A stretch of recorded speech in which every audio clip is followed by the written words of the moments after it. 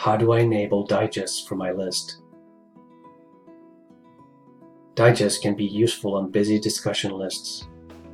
They allow subscribers to opt to receive a collection of individual messages in a single email instead of receiving each individual posting immediately as it comes in.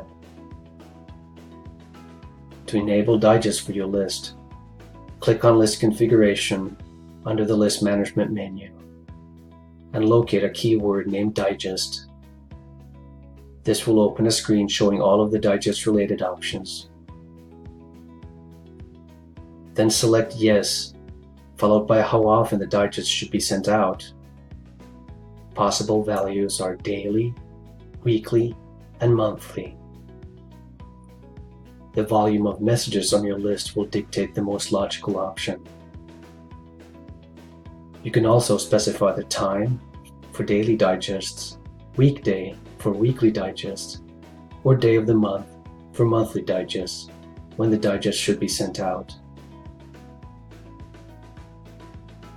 Now when people subscribe to your list with the digest or index option, they will receive a single email message at the intervals that you specified, containing a summary of all of the messages that were posted to the list since the previous digest.